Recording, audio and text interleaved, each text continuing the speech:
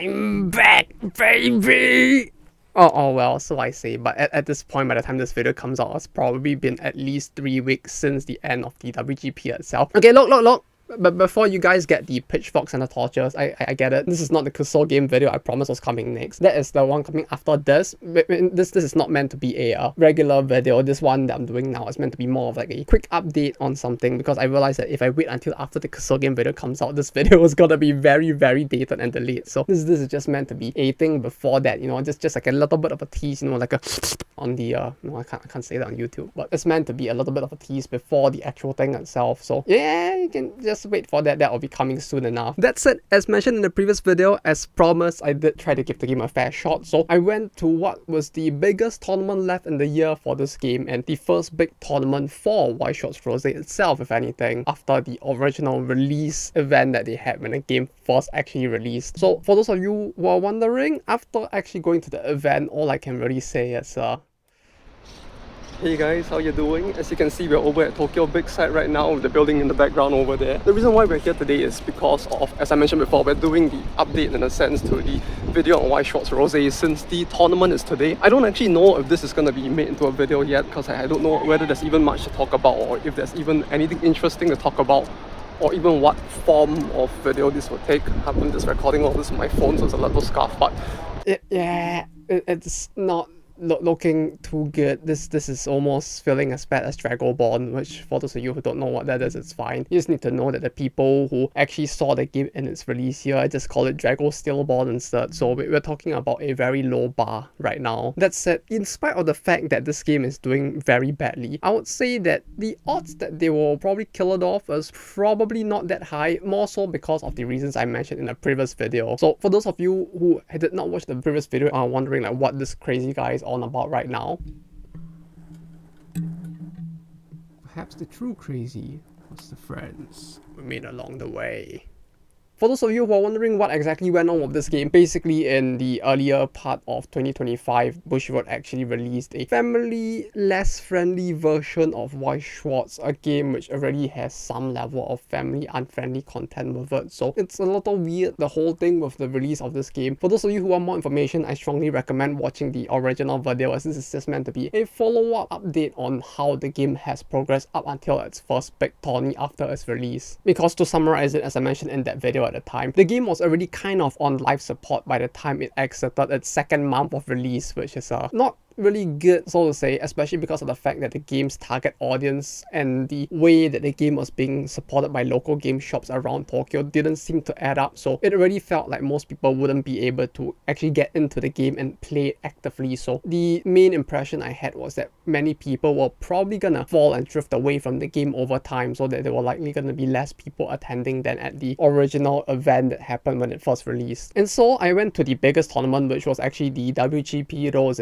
For those of you who do not know, WGP is the name that is used for most of Bushiroad's event. It's the World Grand Prix, and then Vanguard has its own one, Schwarz has its own one, and for Rose and Blau as well, they all have their own individual one. Except the big difference with the Rose one is that it was actually held 1 week before OG Schwarz. So for Rose, it actually happened on the 11th of October, and for OG Schwarz, it actually happened over the 18th instead. Some people might find it a little weird that they separated it like this, especially since both games are kind of the same game. You know, it's like you would think that they would hold one big event and have them concurrent, but I get the feeling that the big reason why they did this was so that the people who actively played the OG game, who are most likely the target audience for Rose as well, would be able to attend both separately, so that they can at least boost attendance for Rose. Because I feel like if both happen simultaneously, the population base for Rose would probably actually have dwindled to like the double digits instead. Since as I mentioned in the previous video, like it did feel like most of the people that I met when I went to the local game stores around Tokyo all felt like people who were veterans of the original Schwarz, who were playing Rose as well on top of the original game, because they just wanted to play even more Schwarz. And they did this to ensure that both games basically wouldn't cannibalize each other's attendance. That's it. The venue where both of these events were held were somewhat the same but starkly different at the same time, because for the OG Schwarz WGP, it actually was held in a single east hall of Big Site. But for Rose, they actually used the 6th floor of the center outer like conference center area, which is the area within the giant inverted pyramid that you see in all the pictures of Big Sight, you know, the place where Comic Cat is held. It's the big pyramid. You're actually inside there instead, which is very rare since most events typically don't happen there. But that's just from that alone, you can kind of get a sense of how big the difference between both of these events were, because for the 6th floor conference area, the event space was only 760 meters square big. So for those of you all from Yeehaw, Bang Bang, Freedom Burgers and Eagles Land, here's the equivalent in your country's system. And for the actual Weiss Schwarz OG version, it was actually 8,670 meters square. So once again, here is the equivalent. So as you can imagine, there's already about a more than 10 times size difference between the two venues as is. So you kind of can see that there is a magnitude of difference in just the amount of people that they expect that they have to fit into the venue. And so as you can imagine, the actual numbers kind of did match up to some extent, where for the Weiss Schwarz Rose block, there were 3 blocks during the event and each block had 86 people. So you had a total of 258 participants, which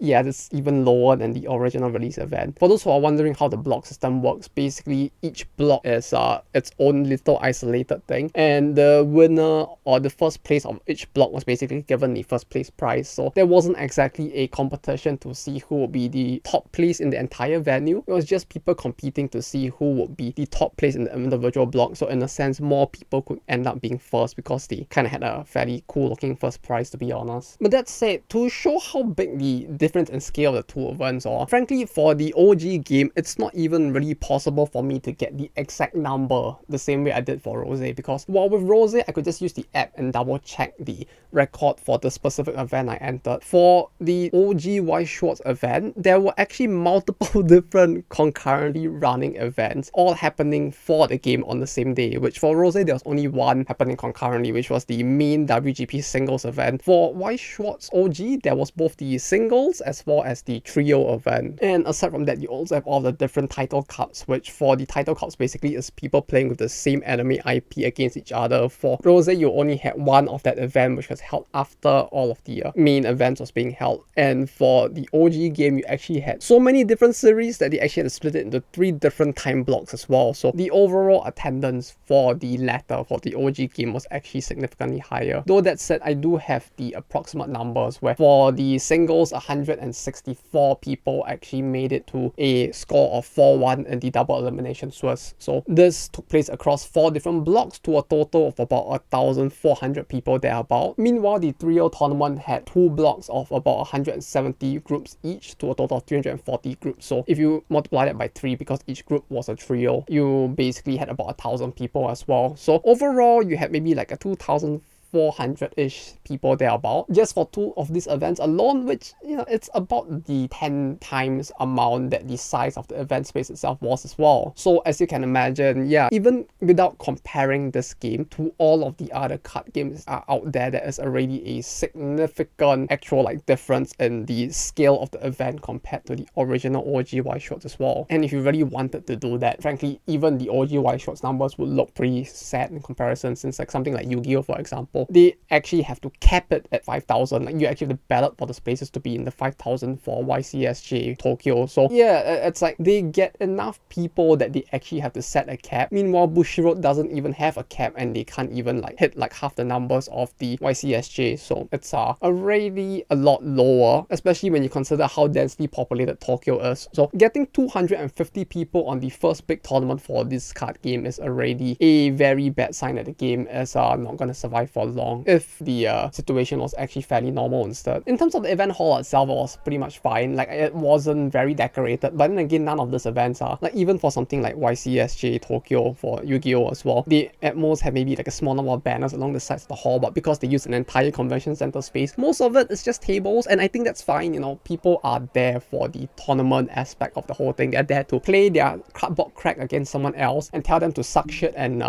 eat fuck, I guess. More so than they are to actually actually like walk around, browse, and like explore the coolness of the grey prison walls around them, I guess. Like you typically have a much fancier like actual celebratory event, like, you know, like with Magic they have Magicon, and with like Yu-Gi-Oh they have their own little thing as well. Like all of these events tend to be something different. And even with Bushiroad they have their card game fest and things like that, where the celebration of the game is a bigger thing. So I didn't expect too much. Although I do have to say that for Rose, because of the fact that it took place in the convention center, you had a place that just looked a lot fancier overall. Like the place was kept properly air conditioned simply because of the fact that it was within a regulated, fairly small building. It was rainy on the day as well, and like being inside, you actually had a really good view out of the area itself since you're on the 6th floor, and it was kept at a regulated temperature, so it felt very comfortable even when you're waiting in between rounds or between the tournaments, like between the main tourney and the title cups. With the 30 minutes, you can just sit down and chill within the space itself. The only weird thing was that there really wasn't even a single banner up at all, so it was actually really confusing on first arriving as to where the event was, simply because of the fact that when I got there was like literally nothing at all. I just walked around like looking at a very normal looking convention center. I saw a bunch of people sitting at the side, and that's how I kind of guessed that like, yeah,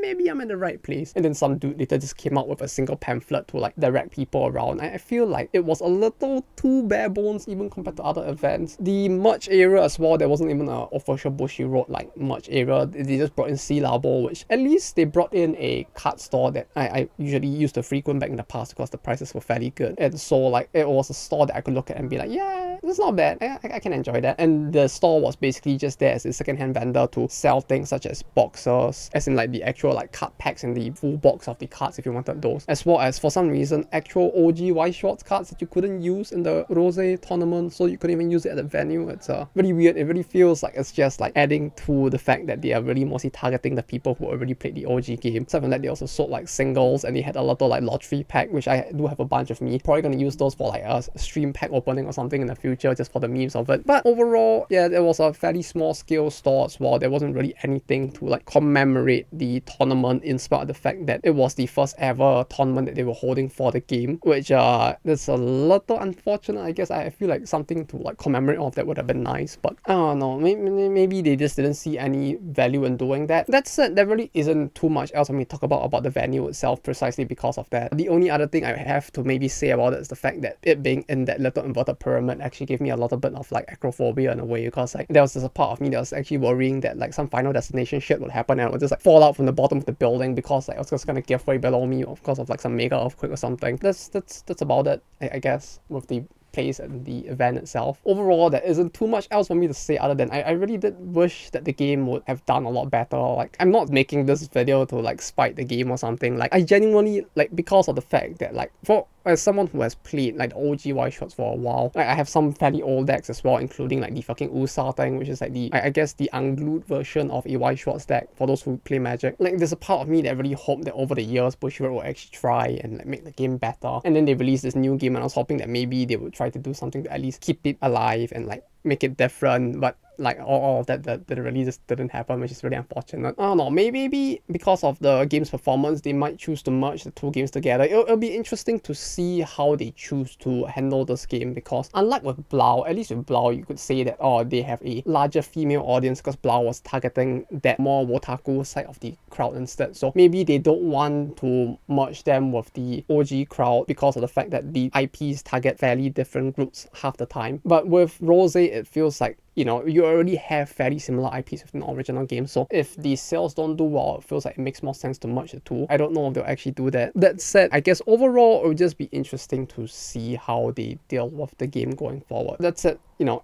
even though I say all this, it's not like I'm going to just sell my cards and all of that. Like, I still have my fully foiled deck with me over here. I'm probably going to keep that and keep it as a collection, since I really do like the series, and having a wrist out deck actually just feels really cool in general, since if people do come, I can use it casually to play with them, since, you know, the rules are the same. There was no reason for it to be a separate game. So, you know, at least I can use the deck and play with people who play the OG game, and that can kind of make for a good conversation starter on a way, I guess, when people get really confused and they just mulch me anyway because of the fact that deck is really outdated. But yeah, you know, I'm not here to make a quick buck out of the entirety of these 2 videos or like talking about this game either. You know, like the amount of money I spent on a single like OFR, which is like the higher end rarity 4 for that deck, is already more than like the amount I've probably earned from these 2 videos combined, since I barely earn like $10 a month from YouTube to begin with. So yeah, either way, thank you. I hope you guys enjoyed this really quick update about the game. I feel like for most people this is not gonna actually be as entertaining perhaps, but I kind of wanted to at least put this out as a wrap up for those who are interested in the saga of where the game ended up in the end. That's it. Thank you all for watching. Thank you to the very epic people here who help to support the channel as always, and thank you to every one of you for watching. It's thanks to you all that I feel the motivation to keep on going. So until next time, take care